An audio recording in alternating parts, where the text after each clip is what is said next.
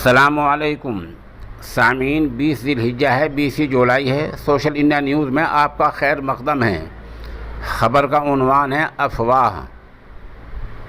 دراصل آج صبح سے اس نامہ نگار کے پاس کئی فون آ چکے ہیں جن میں بتایا گیا ہے کہ مولانا طاہر حسین گیاوی کا انتقال ہو گیا ہے۔ یہ خبر غلط ہے، ایسی کوئی بات نہیں ہے۔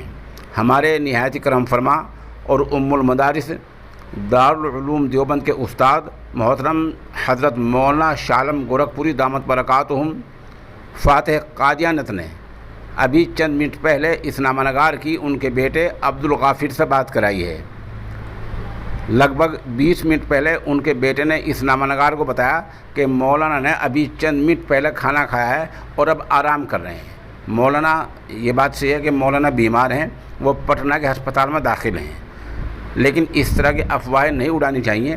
آپ ان کے بارے میں دعا کریں، وہ نامور عالم دین ہیں، اسلاف کی یادگار ہیں، کہ اللہ رب العزت ان کا سایہ تا دیر ہمارے سروں پر قائم رکھے۔